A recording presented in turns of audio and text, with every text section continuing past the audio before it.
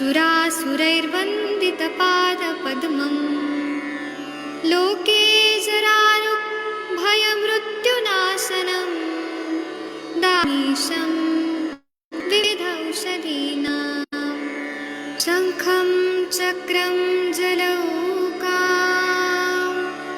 दधतं मृतघटं चारुदोर्भिश्चतुर्भिः सूक्ष्मस्वच्छातिरुद्यं शुकपरिविलसन् मौलिमम्भोजनेत्रं कालाम्भोदोज्ज्वलाङ्गं कटितटविलसच्चारुपीताम्बराढ्यं वन्दे धन्वन्तरीतं निखिलगदवन् प्रौढदावाग्निलीलं प्रौढदावाग्निलीलं प्रौढदावाग्निलीलम्।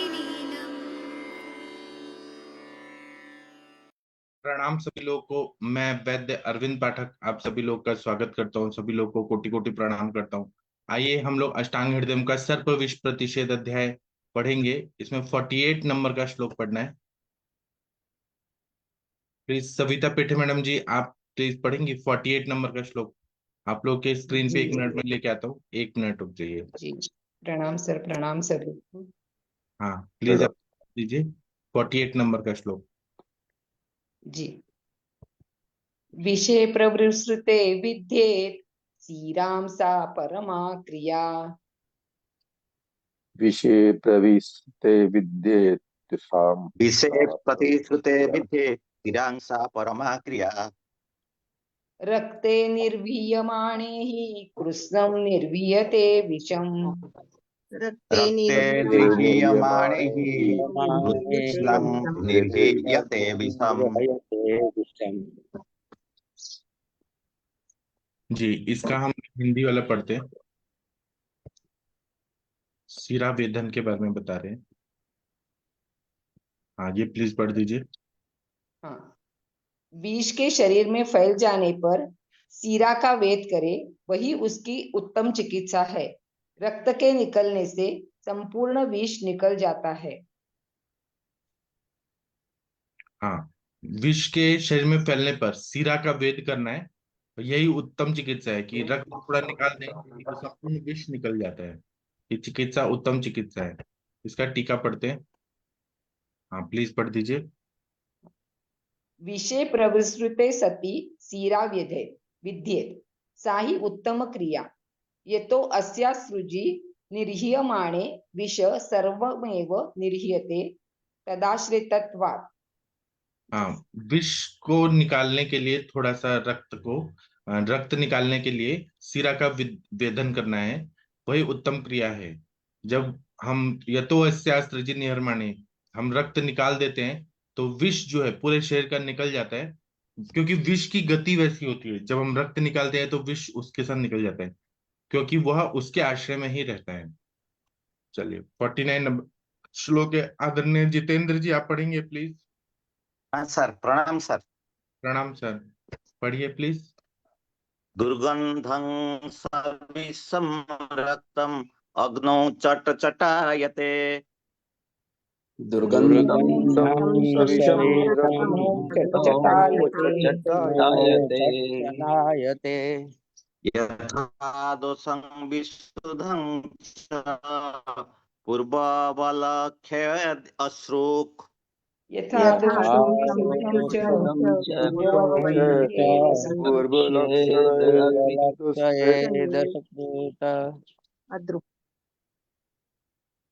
ठीक है, इसका हिंदी वाला पढ़ते हैं। हाँ 49 का पढ़ दीजिए। विषाक्त रक्त का लक्षण।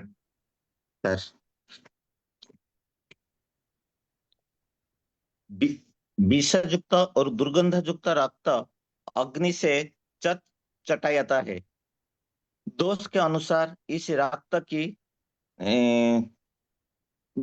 दृढ़ता को प्रथम करे और सिरा वैद्य विधि के अनुसार जाने। हाँ, विष युक्त और दुर्गंध युक्त रक्त अगर हम अग्नि पे डालते हैं तो चटचटाता है, विष युक्त है और दुर्गंध युक्त रक्त। तो दोष के अनुसार इस रक्त की शुद्धता को प्रथम कहे सिरा वेद विधि के अनुसार जानना चाहिए। टीका पढ़ दीजिए। सविसा स्वनित दुर्गंध स्यात् बन्धौ च दीप्त चट चटायते विशुद्धं च रक्त दोषानुसारेण पूर्ववत् शिराव्य शिराव्यभियुक्तेन लक्षणेन विद्यात्।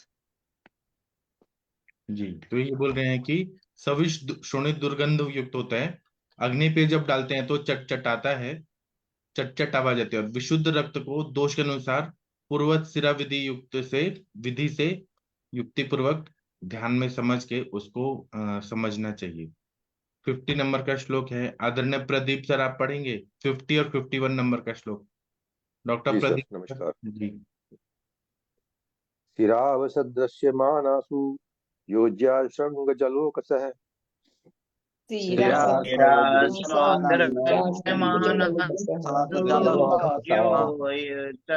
जलोकस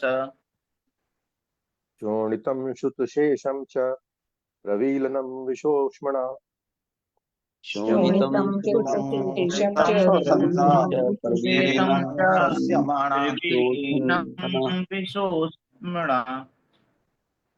लेपसेके सुबहुशः स्तम्भयेद् यद्भशीत शीतले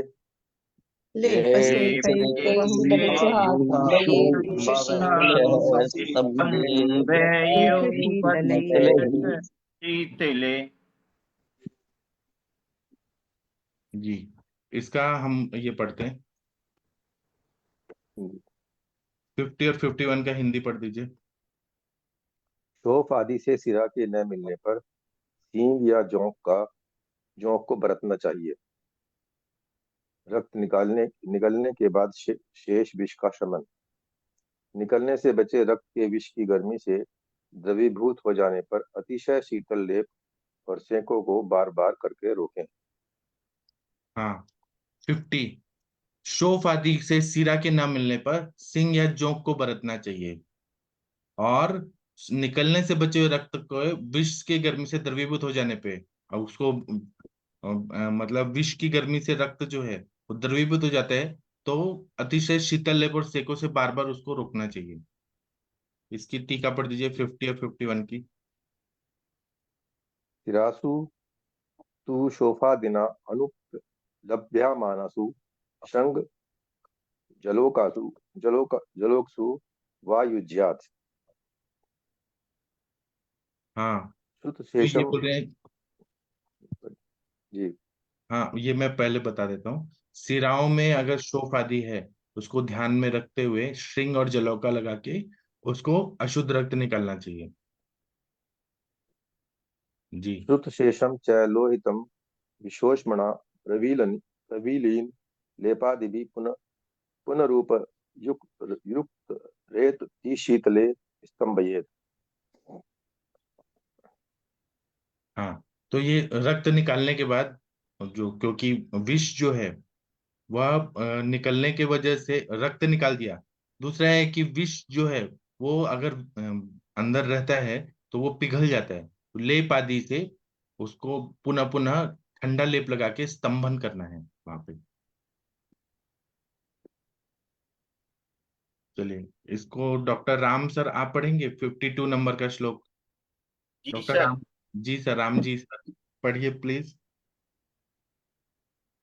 अस्य कन्ने विष वेगादि मूर्छा यद दहद द्रवा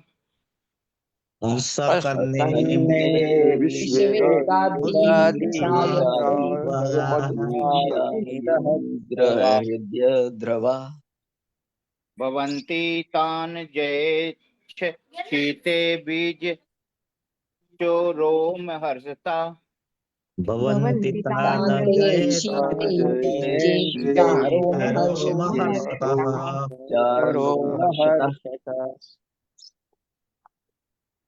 जी, इसका हिंदी पढ़ते हैं 52 का। संशमन विधि। एक और श्लोक है, वो पढ़ दीजिए एक लाइन और। ईजिषत् स्कन्ने तु रुद्रे साधो विषवेग प्रशामयति। स्कन्ने तु रुधिरे सति रुद्रे विषवेगः विषवेगः प्रशाम्यति प्रशामयति। प्रशाम्यति। क्योंकि विषवेग के कारण रक्त के अस्थिर होने से ना रुकने पर मूर्छा, मद तथा हृदय की शीघ्र गति उत्पन्न होती है। इनके लिए शीतल पंखों में हवा करें। जब तक कि शरीर में रोमांच ना हो तब तक हवा करें। रक्त के जम रुक जाने पर विष का वेग तुरंत शांत हो जाता है। हाँ, क्योंकि विष वेग के कारण रक्त के अस्थिर होने से, नहीं रुकने से मूर्छा हो जाती है। क्योंकि वो अशुद्ध रक्त निकालना जरूरी है। अगर वो रक्त में है तो स्थिरता नहीं है विष का वेग के, और वो विष जो है वो वेगवान रहता है, उससे मूर्छा, मद, हृदय में शीघ्र गति उत्पन्न होती है, पाल्पिटेशन होने लगता है बहुत जल्दी जल्दी। उसके लिए शीतल पंखों से हवा करना है। जब तक कि शरीर में रोमांच ना हो जब तक हवा करें, मतलब तब तक हवा करना है कि रोमांच हो। रक्त के जम जाने पर विष का वेग तुरंत शांत हो जाता है।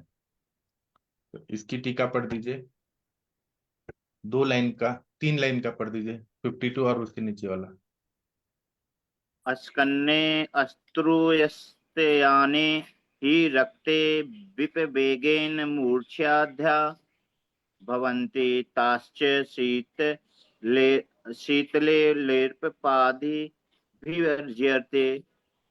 तथा रोमांचो या वक्षिते न स्यात् तावद्विचे अस्त्रे तु स्कन्ने सति विषवेग शीघ्रमेव प्रशामयति।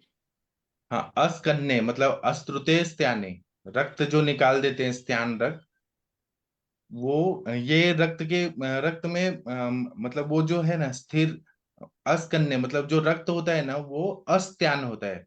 वो मतलब बहुत ज्यादा विषवेग वाला होता है। रक्त जो होता है विषवेग के वजह से मूर्छा आदि को करता है। वहां पे शीतल लेप आदि से जीतना चाहिए। जब तक रोमांच नहीं होता तब तक वहां पे शीतल ऐसे हवा वगैरह करना चाहिए। और दूसरा अस्त्र तो करने सती विश्व शीघ्र में प्रशाम्यति, जब रक्त जो है वो स्थिर हो जाता है तो शीघ्र ही शांत हो जाता है। 53 54 ये कोई पढ़ दीजिए। बीना मैडम आप पढ़ेंगी प्लीज। जी पढ़ रही हूँ सर। हाँ, विषम कर्षति तीक्ष्णत्वात् हृदय तस्य गुप्तये। विषम येषां विषम कर्षति कर्षति तीक्ष्णत्वात् तीक्ष्णत्वात् अस्य हृदय गुप्यते तस्य गुप्तये। पिबेद् घृतं घृतक्षौद्रम् अगदं वा घृताप्लुतम्। पिबेद् घृतं घृतशौद्रं घृतं वा पदं घृताप्लुतम्। वा दम घृताप्लुतम्। लुप्तम। हृदयावरणे च अस्य श्लेष्मा हृदि उपचीयते। हृदयावरणे हृदयावरणस्य चास्य श्लेष्माहृदयोपचीयते। हृदयोपचीयते। इसका हिंदी पढ़ देती हूँ। हाँ जी, 1 मिनट में लेके आता हूँ। 53 54 विषार्थ के हृदय की रक्षा। हाँ, ये पढ़ दीजिए। तीक्ष्ण होने से विष हृदय को हानि करता है, इसलिए हृदय की रक्षा के लिए घी को या घी और मधु को अथवा घी से द्रवीभूत किए आगत को पिए।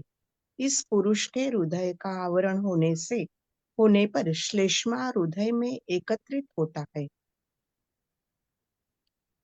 जी, ये बोल रहे हैं कि विष तीक्ष्ण होता है तो हृदय को हानि करता है, कार्डियोटॉक्सिक होता है। इसलिए हृदय की रक्षा के लिए घी और मधु को अथवा घी से द्रवीभूत किए हुए अगद को पीना है। अगद द्रव्य जो रहते हैं वो विष नाशक होते हैं। एक इस पुरुष के हृदय का आवरण होने पर श्लेष्मा हृदय में एकत्रित होती है। इसका संस्कृत पढ़ दीजिए।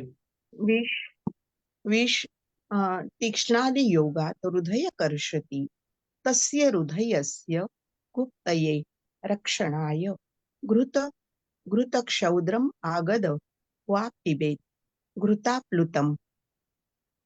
अस्य पुरुषस्य हृदयावरणे सति श्लेष्मा हृदये चय याति। जी, इसका मतलब है कि विष जो होता है तीक्ष्ण आदि योग से हृदय को कर्षण करता है, हृदय को तकलीफ देता है, कार्डियोटॉक्सिक होता है।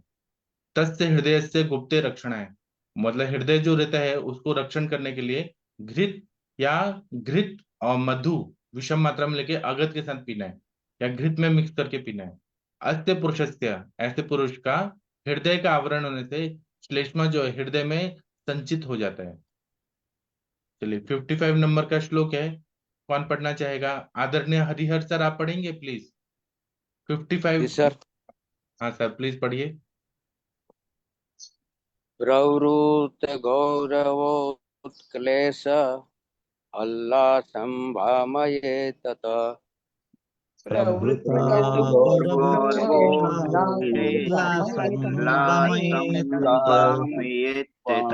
ततः द्रवे हि काञ्जिक कौलथ तैलं मद्यादिवर्जिते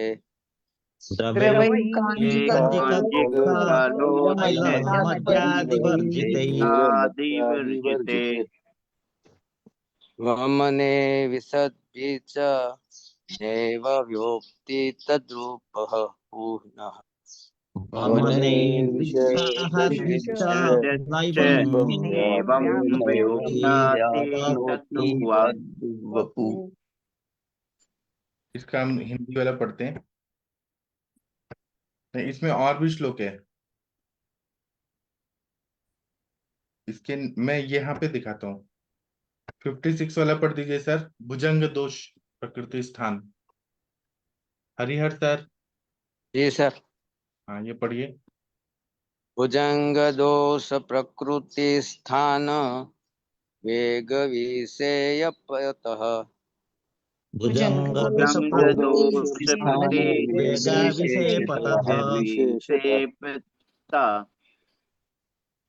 सुसूक्ष्मं सम्यगालोच्य विष्टिताचारेत् क्रियाम् सुसूक्ष्मं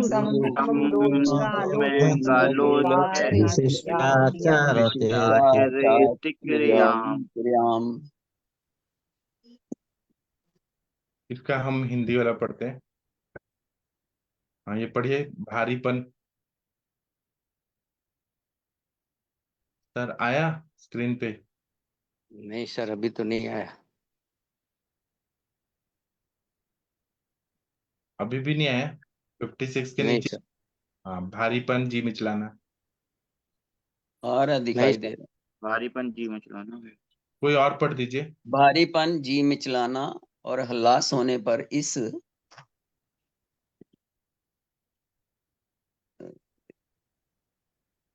हाँ इस रोगी को। हाँ जी, इस रोगी को कांजी, कुल्थी, तेल तथा मद्य आदि से रहित द्रवों से वमन कराएं और विषनाशक वमनों से वमन कराएं। इस प्रकार करने से विष से पीड़ित व्यक्ति के शरीर में विष नहीं फैलता। भुजंग, द्रविकर आदि दोष, वात आदि प्रकृति, कविक और मानसिक स्थान, भूमि तथा आतुर शरीर, इनमें भूमि, अश्वत्थ, देव, पतन आदि आतुर शरीर, मर्म आदि वेग की विशेषताओं को सूक्ष्म रूप से भली प्रकार देखकर विशेष क्रिया चिकित्सा करें। हाँ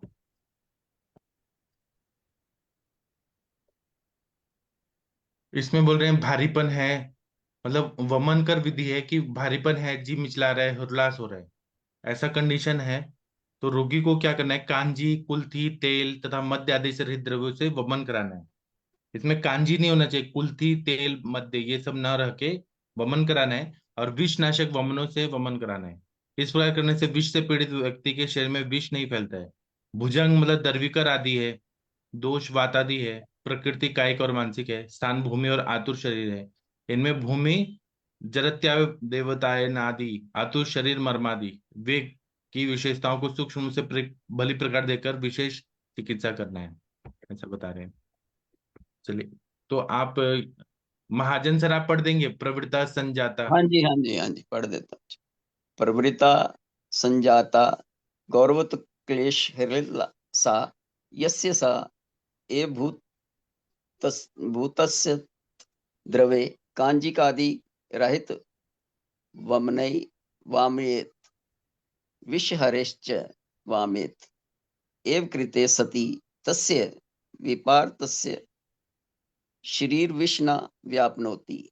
हाँ, प्रवृत्त मतलब संजाता। अगर गौरव है, उत्क्लेश है, उल्लास है, ऐसे सब कंडीशन है तो कांजी आदि से रहित वामक द्रव्यों से वमन करा के विषहर द्रव्यों से वमन कराना चाहिए। ऐसा करने से विषार्तस्य, विष वाला जो रोगी है, शरीर में विष की व्यापनोति, व्याप्त नहीं होता है। 56 का टीका पढ़ दीजिए। हाँ जी। भुजंग दोष आदि सुसूक्ष्मया बुद्धिया सम्यक गलोच्य विशिष्टा क्रिया समाचरे। हाँ, इसका मतलब यह है कि भुजंग आदि दोष के सूक्ष्म रूप से, मतलब भुजंग में दोष आदि को देखना है कि वात है, पित्त है, कफ है और प्रकृति वगैरह देखना है मनुष्य का, और उसको सूक्ष्म रूप से बुद्धि को ध्यान में रखते हुए जो जरूरी है विशेष क्रिया, वो विशिष्टा क्रिया समझ, विशिष्ट चिकित्सा क्रिया करना चाहिए। 57 नंबर का जो श्लोक है, यह कौन पढ़ना चाहेगा? प्लीज कोई पढ़ दीजिए। यहाँ पर सब लोग। हाँ, आप ही। हाँ सर, सिंधु वारित मूलानी श्वेता च गिरिकर्णिका। बोलिए सब लोग। सिन्धुवारितमूलानि श्वेता च गिरिकर्णिका। पानं दर्वीकरे दृष्टे नस्यं मधु सापाकलम्।